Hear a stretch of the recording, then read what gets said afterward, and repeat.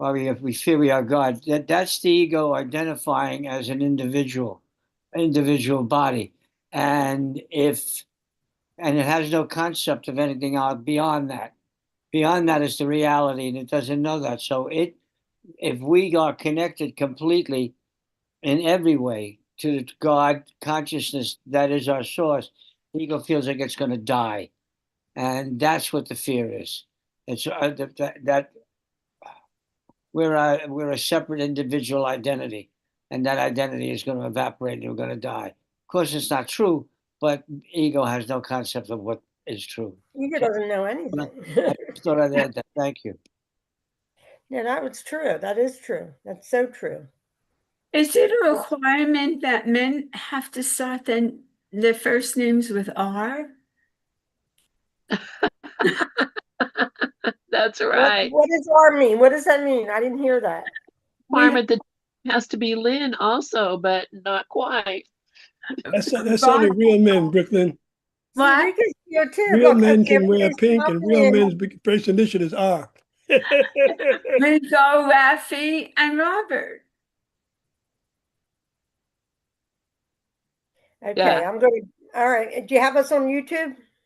Yep, absolutely. Sorry. Okay, now this is for everyone, whoever wants to share.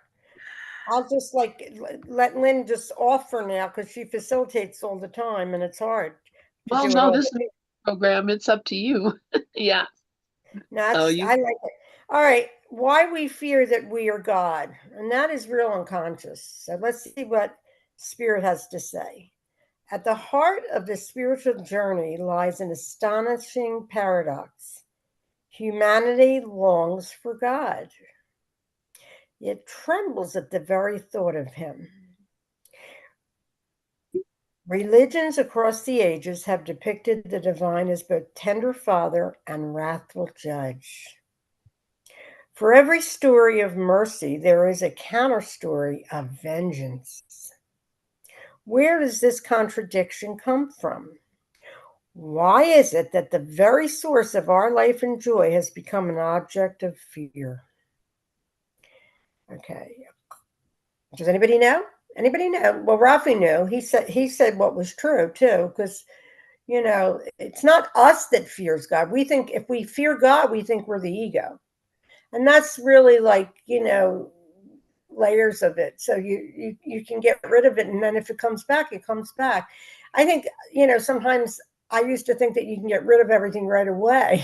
Like I don't, choose again, but it's layers. So it's important to see that. A Course in Miracles offers a radical answer. We fear God not because of who he is, but because of who we think we are. So that's a good thing. Like, just sit with that. I mean, we really lose when we think we're this person or only this person, really. Having mistaken ourselves for the ego, a false identity built on separation, guilt, and judgment, we project those same qualities onto God.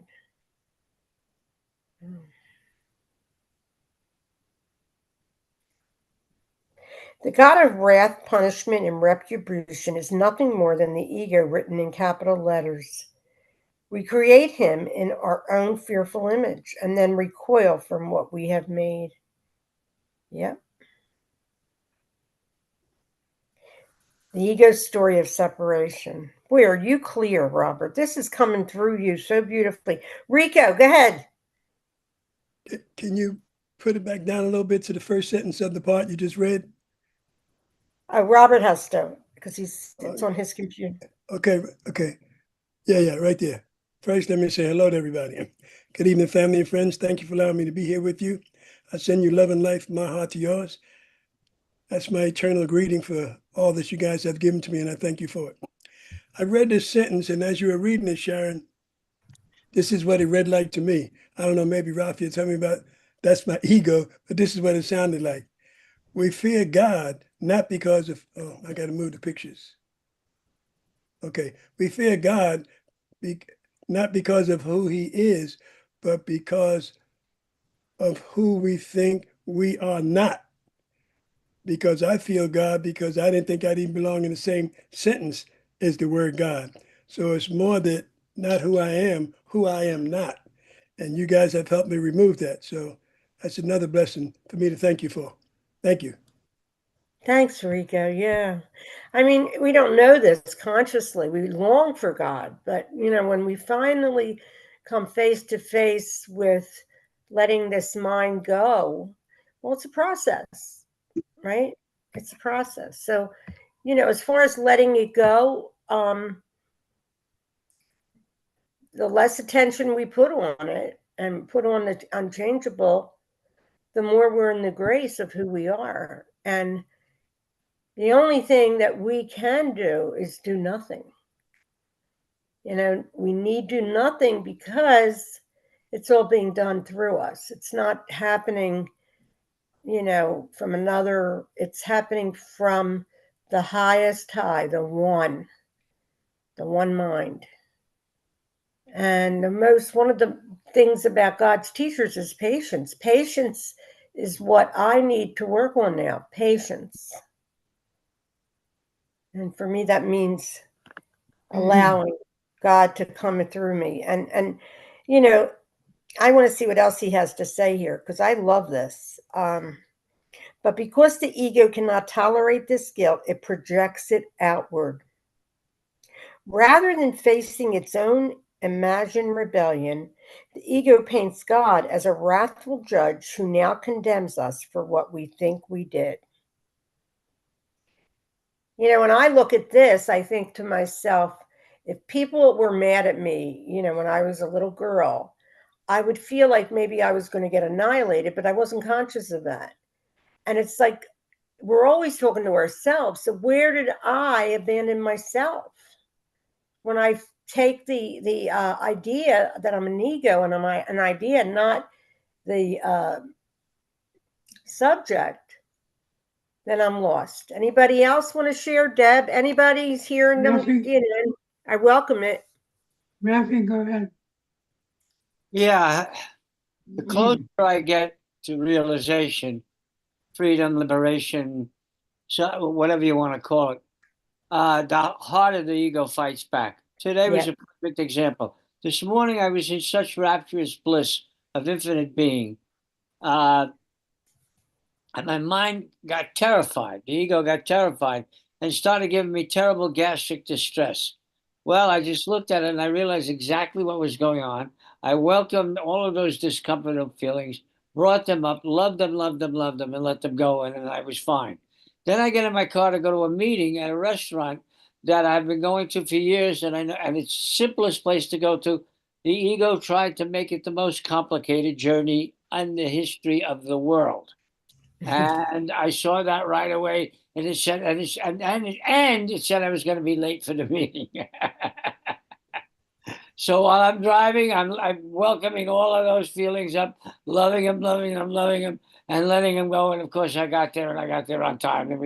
But the closer I get, and when I see it fighting so hard, I realize that's a great indication that I'm getting closer to the liberation, the realization that is our only purpose. It's so good. And ego is so obvious. Well, it's so tricky. It's just so tricky. Yeah, I welcome the attacks because it indicates that the ego is becoming afraid. It's a tricky thing, though. It really is. Because, Dove has his hand up. Yeah, I was just going to speak to the word abandonment because you said, when I was a kid, where did I get the idea that maybe I abandoned? No, abandonment is the original tiny mad idea in which the Son of God remembered not to lie. We thought that we abandoned God. That's where the separation happened. Or it doesn't matter, God abandoned us.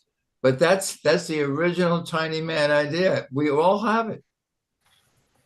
Yeah, we all have it. It's so unconscious, though. Yeah. It's a subconscious part. We're really only seeing our own thoughts about ourselves. So, to look at it from, the dream point, we all have abandonment in us because that's just one of the fears of the ego, And it's a way of us fearing the very thing that we are. And it's not a thing, it is everything. It's the subject of all. So yeah, so I'm gonna okay, where do I But because anybody the else ego, want to talk? the Anybody else? story of separation. Okay. Wait a minute, I'm just okay. Where does it say this? Oh, the ego story of separation. The Course describes the ego as a tiny mad idea in which the Son of God forgot to laugh. That idea was the thought of separation, that we could leave our source and establish a self apart from God. To this idea seriously is to believe we have committed an unspeakable crime against the Creator. The inevitable result is guilt, which demands punishment. I love this. You know, the Creator, like, is really like we substitute our parents for that. So, like, for me, it was, well, just the fact that a people pleaser is really the nervous system is what you shared with us was that the nervous system gets hold of it and it acts like you're going to die if you don't do what it says when it comes to another person. And that's the fear of being annihilated. I think annihilation is like so deep within. But the thing is, the costume comes off and you're still there because you've never been like, you know, we are this love's presence, and the imagined person is just that. It's imagined, right? Oh, Lynn, go ahead. All right. Yeah, this is so interesting because as I'm reading this and I'm thinking this and I'm thinking about how often I have thought this and how often this has been a subject of discussion in A Course in Miracles groups that the tiny mad idea that all this thing that we are doing here is a form of rebellion against God, which is what you say here later, talking about facing our own imagined rebellion. And you know, I think you know that's good for uh, certain I guess motivation to change the way we're thinking, to see things differently, and to um, become more aware of our judgments and all the different things that are the things that keep us here. But I also think that, especially from reading a lot of Joel Goldsmith and The Impersonal Life and numerous other books that I find equally compelling, Sebastian Blakesley's work, the Age of the Heart, the all of that, uh, that we're here representing God. We are here acting. I had a conversation with my son. I mentioned this morning, the other day, and he was saying, yeah, what I think is that whatever it is, this, you know, universal force, whatever, we are like its tentacles, and we're out exploring in the world. We're experiencing and exploring in for that um, for that energy, that being, and it makes sense to me when I think about it that really, what would be the purpose of God even allowing us to come out and have this adventure? What would be the purpose of it? There What would wouldn't be be. you know we had an idea, and you know, did we do it uh, as a rebellion, or did it just was there just a question? What would happen? What would it be like if we lived Right. in a world without God? What would it be like if we didn't have God? So that question, we're out here living it. This is what the world is like without God. Look around you. All the stuff that upsets you, makes you afraid, makes you worry and wonder. But you're perfectly safe and none of these. Tom is starting to panic here. What's that? Tom is starting to panic. What do you got Uh-oh. to say, Tom? I only have 3 words. It never happened. Right. And that's it. That's what we're going to get to. That's the only thing that's true.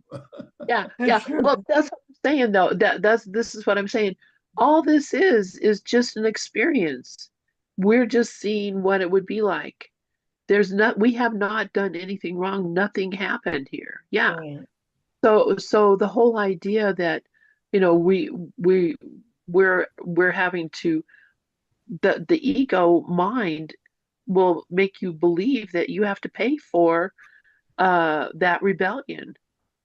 And that's why we run. That's why we're so nervous and afraid. If we just recognize that I'm here to experience love and love my brothers and love the world and love the wind and love the snow and love the food and love the everything. That's what I'm here for, is to represent the Christ in this dream world.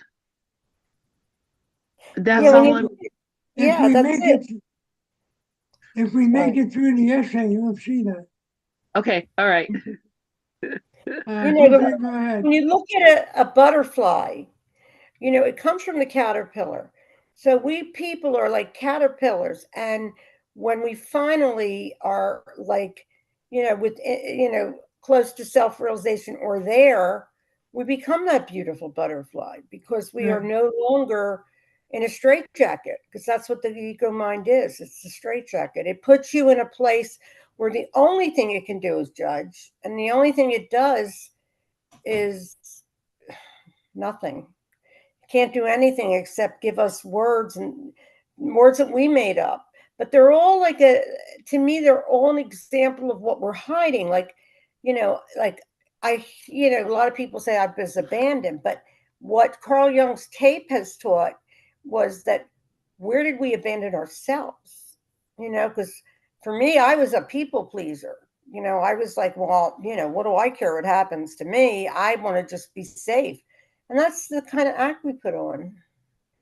And it's kind of funny. And, you know, and if you look at the time that, you know, we think we're in, we're not in any time. It's like this whole big optical illusion. It's just something we are absolutely dreaming. Brooklyn. Namaste, my companions. It's good to be here. We remembered not to laugh at our own imagination. And, I want to share something. I was thinking about, the past and everything, and it came to me, that was some role I played. And oh yeah, you're right. I'm right. Yeah. We play roles. We prepare to come to fruition when we could be the arms, the voice, the eyes of God. Beautiful. Something I would like to add though before we go on. Using your metaphor of the caterpillar and the butterfly, think of this essay as being written to the caterpillar. And you continue. Okay, where did I stop? I forget now. But because the ego. Wait, is it but because the ego cannot tolerate this guilt? You know, if you guys remember, like, what happens when you really are in that sandwich of guilt, it's really awful. It's awful because we're doing it to ourselves, but it's also awful because we know our natural state. We know who we are at the deepest level. So, yeah, it projects outward. You know, and today was an interesting day because I kind of just looked before I even spoke. I realized everything's my projection. And if I just take that as the beginning of my day and just know if I'm in the classroom of the movie that I'm in, it's important to be able to enjoy it. You enjoy it. Because, really, when you become the higher power, when you've always been the higher power, but when you feel that, you are that butterfly. Anyway, God, okay. Thus, God is recast as an executioner, and his love is hidden beneath layers of fear. I love what he said, layers, because that's what I see in my mind, layers. Layers of belief, really. There's nothing even, it's not even fear, it's this energy of a low vibra. It's a like very low. The lowest vibration is shame, but they're all really important to look at because we won't buy into it, you know?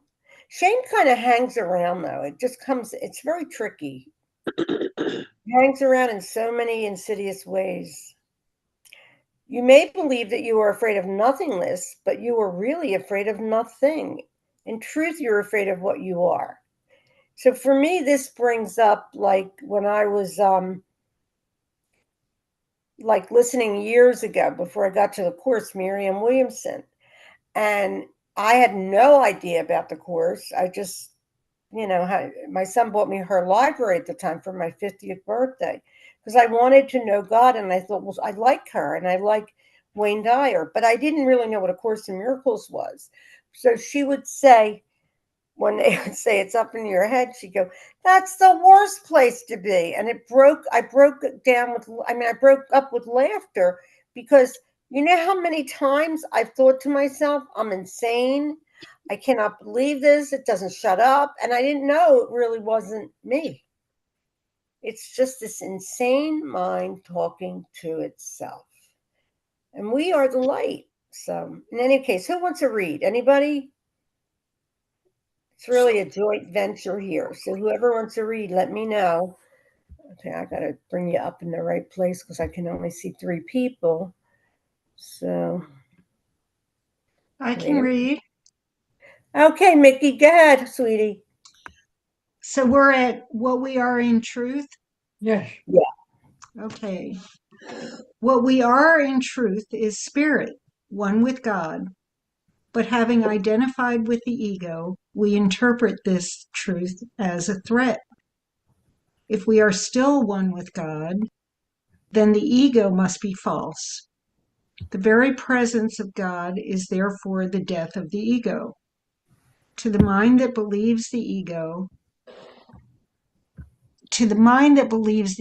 is its very self, this feels like an annihilation. And so we fear our own reality.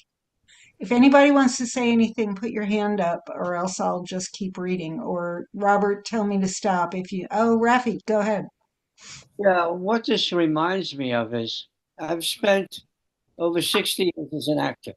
I've been in 100 television shows and films, dozens of commercials, dozens of plays. And in each one of those things, I played a character. And when I was playing that character, I was that person. Yeah. And somebody said cut or a curtain closed, and then I wasn't that anymore. And now I'm looking at this and I don't see this as any different. The only person that can yell, that can say cut now is me. Yeah. Down the curtain now is me and go back to what I really am. The only thing about those television shows and films and commercials is I still get residual checks from that. The residual check I get from being the real me is divine protection, divine guidance, divine providing. Seek ye first the kingdom of heaven, and all of these things will be given to you. There's no difference. The example is perfect. Thank you. Thank you. They call this like pretty much just one pointed. When you just want God, that's your purpose. And that's your only purpose here. Because each time you see a seeming other, that is God. It's God meeting God. So we're meeting ourselves everywhere. Okay, where are we, Robert? You have to bring it up a little further. No, we're good. The Oh, where were you, Genesis. Nikki? Oh, it's not me. It's you, Nikki. I'm sorry. Okay. I The am so Genesis. sorry, honey. You're fine, sweetheart. The genesis of a fearful God. The fearful God we imagine is not God at all. It is the projection of the ego's story. Guilt demands punishment, so someone must be the punisher. Unable to accept this role ourselves, we assign it to God. In this way, we create an idol, a distorted picture of the divine that bears no resemblance to truth. The Course states, "For he believes that the atonement is the annihilation of the ego, and he believes that the ego is himself, and so he believes that the atonement is against him. This he will not allow to be lifted from him, and he will resist it." This explains why we resist God's love. We believe that to accept it would mean the end of me. Thus, the God of judgment, punishment, and destruction is the ego's fabrication. He is not the creator, but the mirror of our fear. We cower before our own projection, mistaking it for reality. The Holy Spirit's correction. Against this terrifying backdrop, the Holy Spirit whispers a gentle correction. God is not angry. God does not punish. God does not even know of sin, for sin is an illusion, and God only knows truth. His only response to the separation was to place the answer within our minds, the quiet voice that reminds us we remain as God created us. Every time fear arises, the Holy Spirit invites us to question it. Am I seeing God through the ego's eyes, or through the vision of love? Fear is always the result of seeing through the ego's lens. Love casts out fear, not by fighting it, but by revealing its nothingness.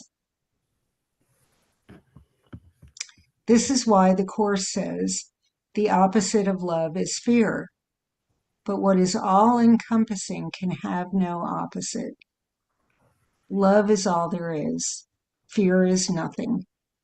To remember this is to recognize that the God we fear does not exist. The only God there is love. The fear of redemption. And I spent last week, I think it was, a couple of days in various groups reading the section called The Fear of Redemption, and it is really, really good. It just lays all this right out there. Paradoxically, we are often more afraid of salvation than of suffering. The Course calls this the fear of redemption. Why?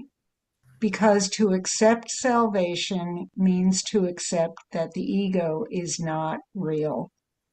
We cling to the ego, painful as it is, because it is familiar. To let it go feels like stepping into the unknown. Yet the unknown we fear is actually the only reality we have. It is not darkness, but light, not death, but life. The ego whispers that union with God will annihilate us. But the truth is that union with God reveals us as we truly are, eternal, innocent, whole. What is threatened is not us, but the false self we never were. But, we really do think that we're going to be annihilated if we, leap into the heart of God, like the Course talks about. We're not going to be yanked out of this reality and go into the heart of God and be annihilated. We think we're going to disappear, but we're really not. Healing the fear. Did anybody want to say anything before I go on? Okie dokie.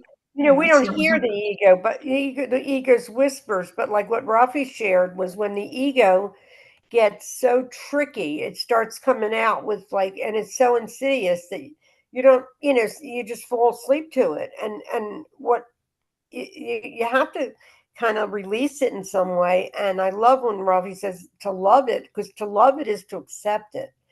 To love it is to accept it from spirit, to know that none of it means anything. That's all. Go ahead. Mhm. It's like Brooklyn's Sneaky Pete. Right. That's exactly it. How then do we heal the fear the fear that we are God? Okay, how then do we heal the fear that we are God? The Course gives us a simple practice. Look at the fear without judgment and invite the Holy Spirit to reinterpret it. We do not fight fear, repress it, or deny it. We simply notice it and bring it to the light. Which is just what Matthew said. Mm-hmm. Yes. Absolutely. When guilt arises, we can say, this guilt is not from God, but from the ego. I will not protect it. I will not project it onto him. When fear of punishment arises, we can remember God does not condemn, love does not attack. Each such moment is a small willingness to let the Holy Spirit exchange false perception for true vision. Rediscovering the God of love. In time, the fearful God fades away because he was never real. What remains is the God of love, gentle, compassionate, patient, unwavering. The God who never condemned us because he never believed the ego's dream. The God who sees us only as he created us, his beloved child, forever innocent. The fear that we are God dissolves into the joy of remembering that we are like God, for we share his being. The Course assures us, you are as God created you. There is no place where you can suffer and no time that can bring change to your eternal state. To awaken to this truth is to end the cycle of fear. No longer do we project our guilt onto God. No longer do we tremble before our own shadow. Instead, we stand in the light of love, free at last from the terror of a God who never was. We fear that we are God only because we mistake ourselves for the ego. Believing the ego is real, we project its guilt and judgment onto the Creator, and thus invent a fearful God. But as the Course gently reminds us, God is not what we made of him. He is love without opposite. To remember this is to discover that there is nothing to fear. Thank you. Beautiful. Wonderful. I saw one too, Robert, before that I wanted to ask you about. Wait, another one. Let me just see.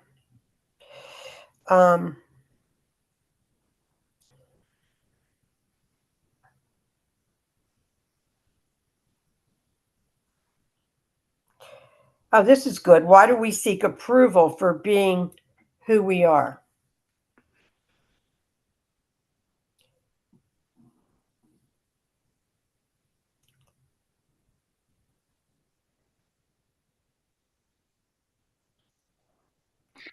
You want to read this one? I'm going to let Sharon read this one. Sherry's going to read? Yeah, why not? Okay, good.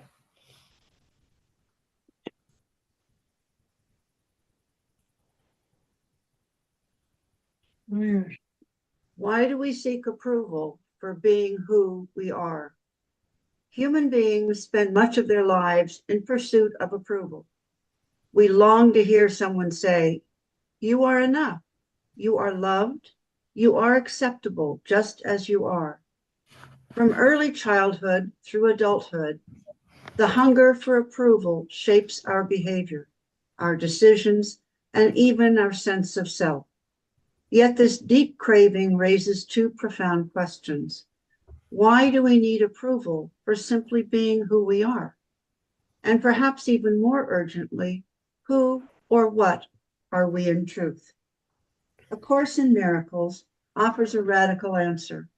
It teaches that the need for approval is a symptom of forgetting our real identity, and that true freedom lies not in chasing validation, but in remembering what God has already declared us to be: whole, complete, and unconditionally loved.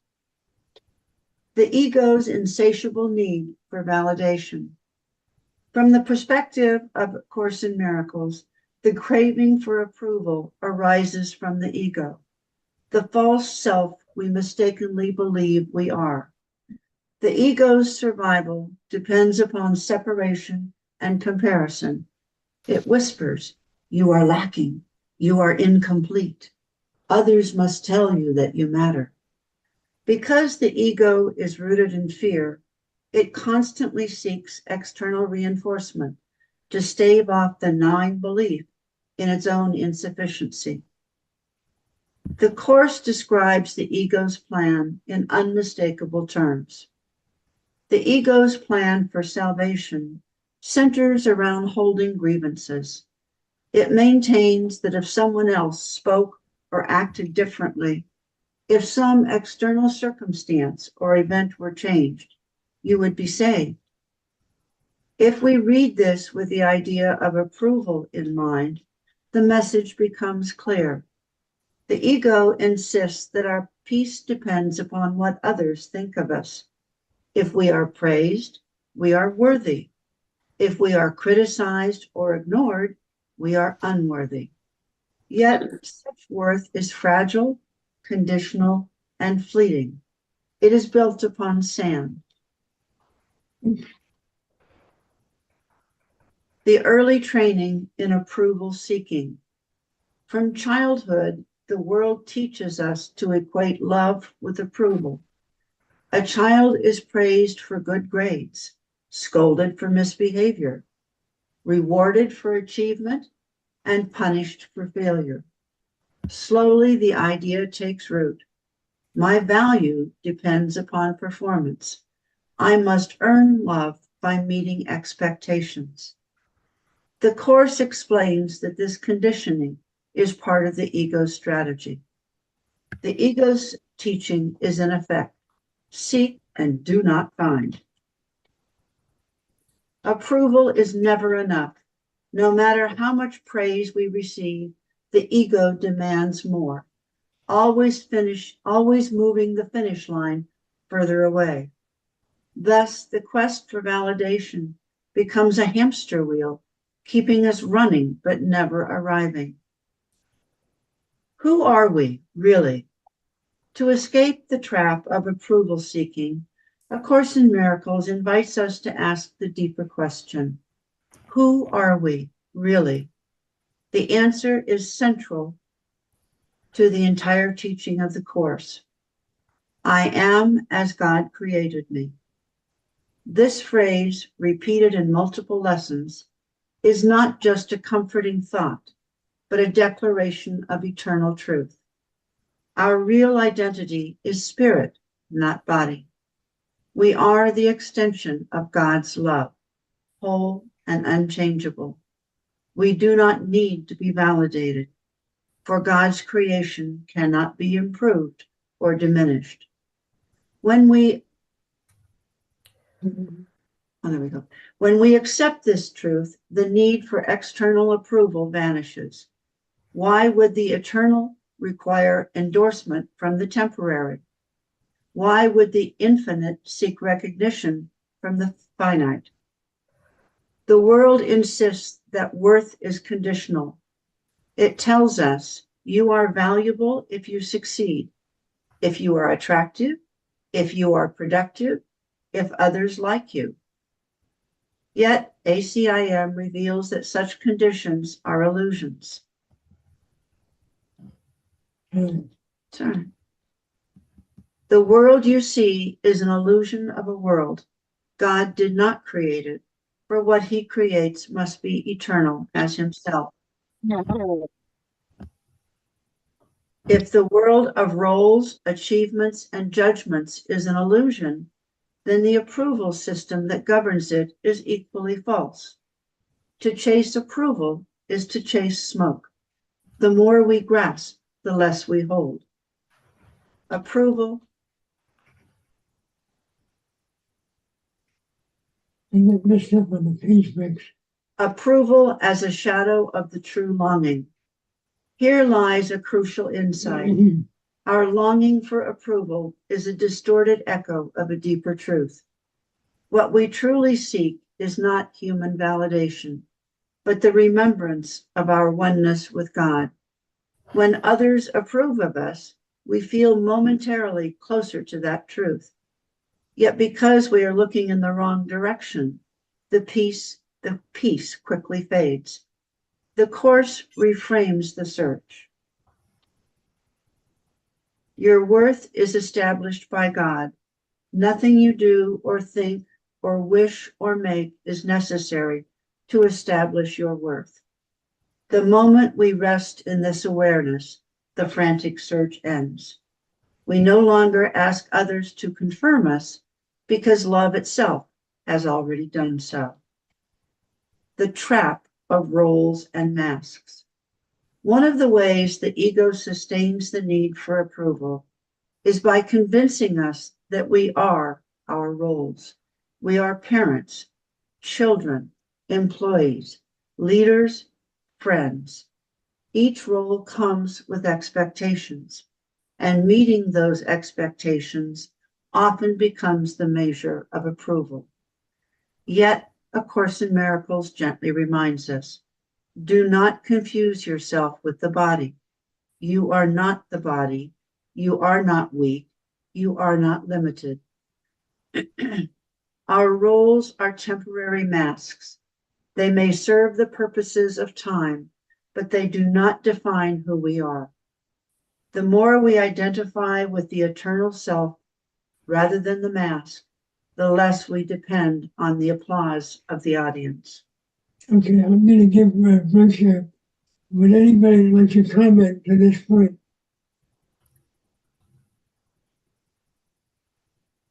Vicky. I think this is great, Bob, and what we really need to look at is what needs approval.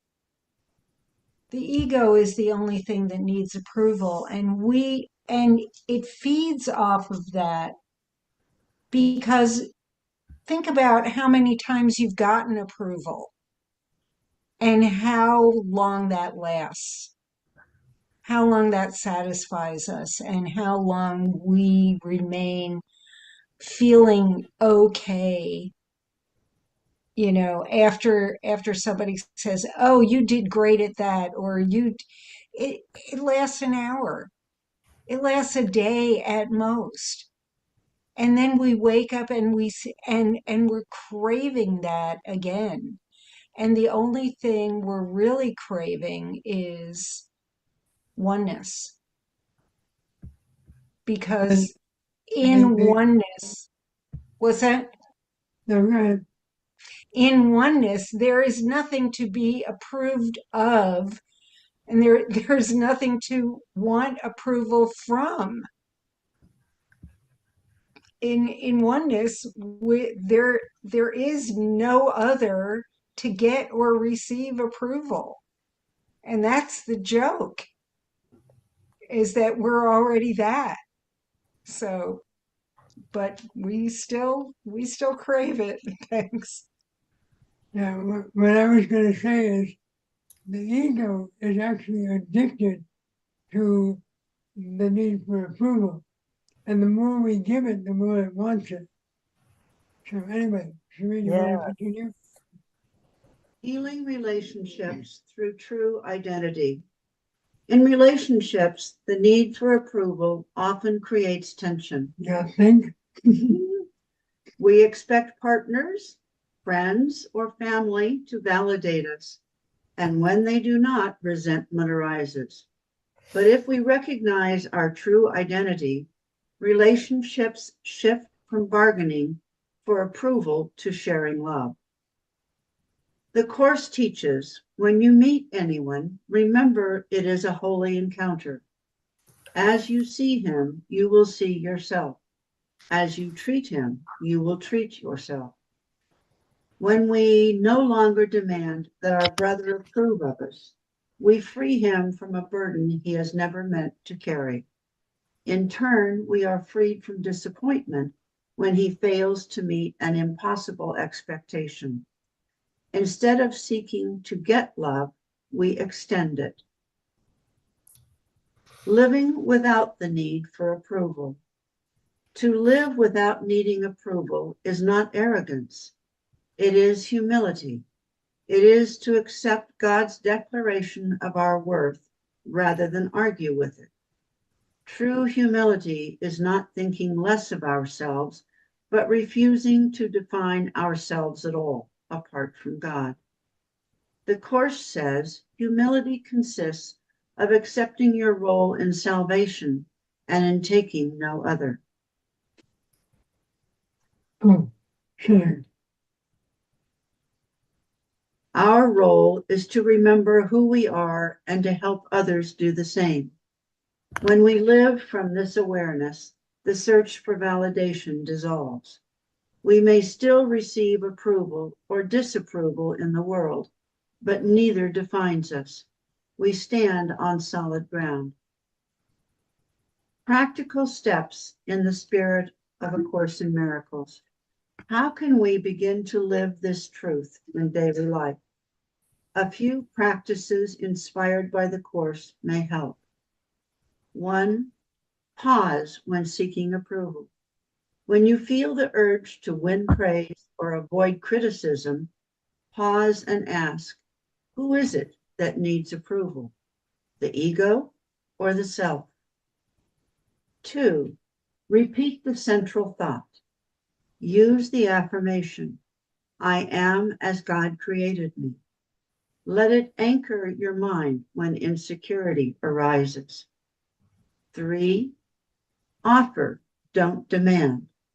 In relationships, shift from asking others to validate you toward offering them the reminder of their own worth.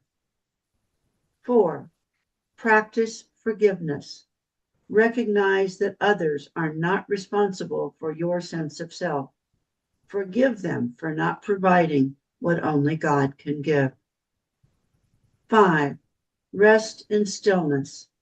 In prayer or meditation, allow yourself to feel the peace that comes from being unconditionally loved, independent of performance.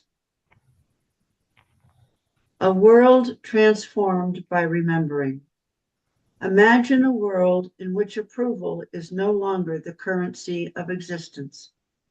Children would be raised not to seek worth through achievement, but to know their worth as unshakable.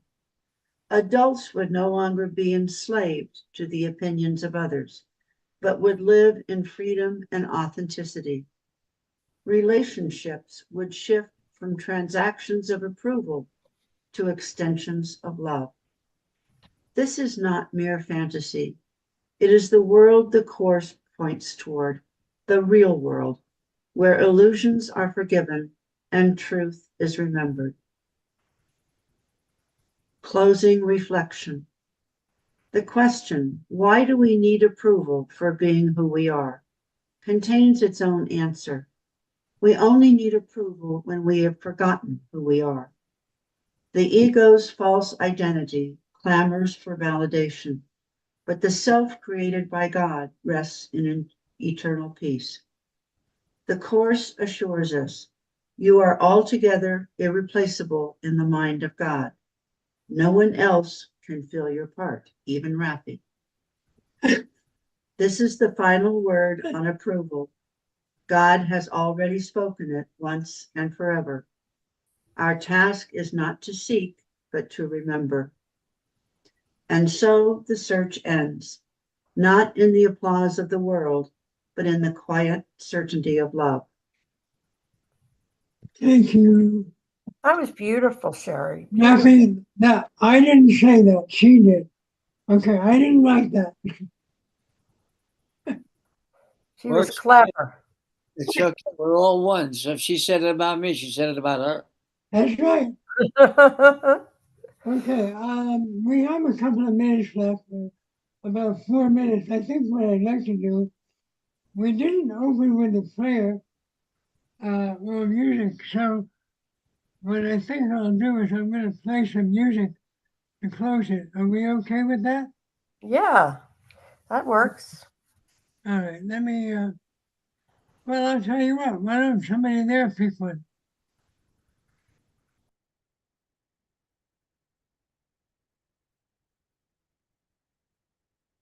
Anybody want to pick one of those?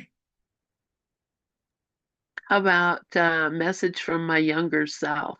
Oh, that's not a song, that's a message, but it's good. Oh, okay. Well, Yeah, it's good, it's fine, no problem. That's what I would have picked, Lynn. Yeah, it's all I know. perfect.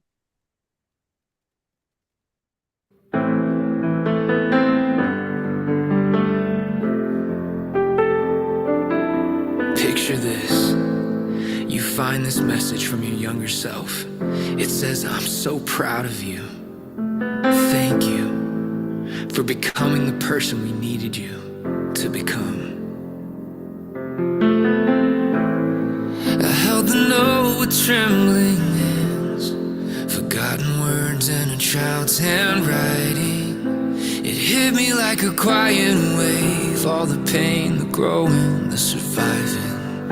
Through every fall, through every doubt, I walked roads I couldn't see, but somehow the one I used to be was watching, whispering to me, keep going, even when it's hard to stand, be the strength we never had.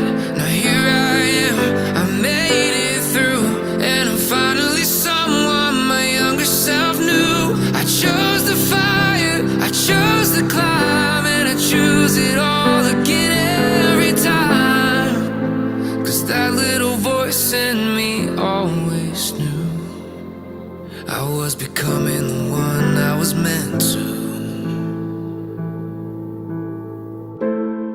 And there were nights I almost gave in, carrying shame like a second skin.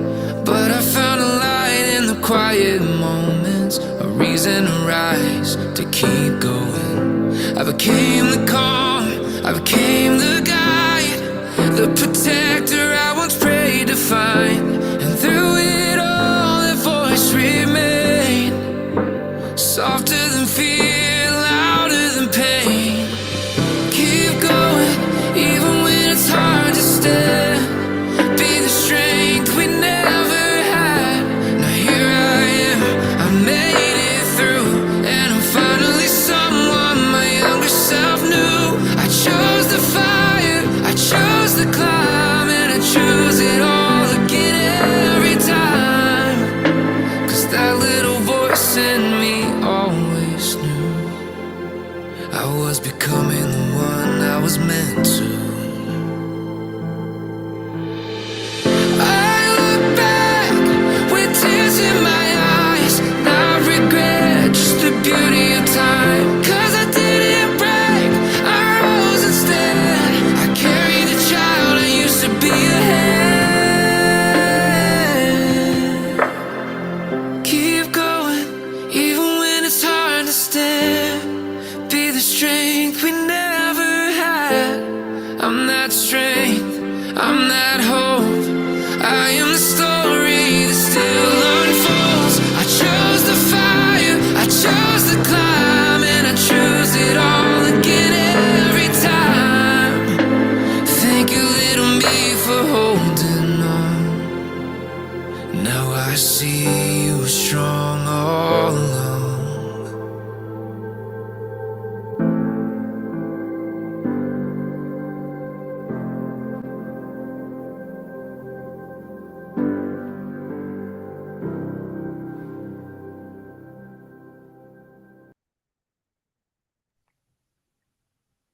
Wow, I love that. That was beautiful. I'll put it in the, I'll put it in the chat. Give me a second to find it again. Oh, here it is.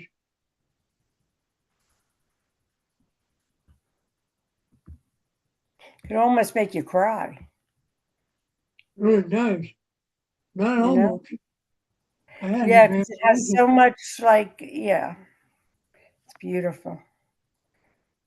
So beautiful. Well, thank you, Sharon. Thank you, Wendy, Rico, Dove, Michaela, Brooklyn, Heather, Lynn, especially for hosting, and Mickey for also reading. You guys bless me every week, and I thank you for it. And I'm Oh, going to turn Thank you, it back Robert. to Lynn. We appreciate you, brother. Very yeah. much. Yes, we do Your work appreciate you. is wonderful. Your work, and Sherry too. Yeah. And Yeah, tomorrow, thank you, Sharon. guys, don't forget, tomorrow night at the same time, Amy Torres will be Amy here. Torres, yeah. Oh, She yeah. sent us things that she's going to talk about angels. Yeah. Yes, going to talk about angels. So I'm very Oh, excited. awesome. The Yeah. real question is, will Did, you be here? did Corinne contact you, Lynn? I haven't talked to Corinne yet, but I'm still Yeah. traveling. She's gonna So, contact you for sure. oh, good. Corinne All right. Zipko. I Oh, missed that. Corinne would be great. Oh my God, I love her too. I'm Yeah. doing some with my family. So, Yep. Thank all you right, for us. That was so beautiful. Thank you all. And Love guys. to each of you. Much we're gonna love. have, we're gonna See you have in the morning. And Sharon, call me when you can to fix your camera. Oh, I will. Yeah. It probably, I have like, you get up, your time is so different than mine because I'm up early. So if you wanted to help me Well,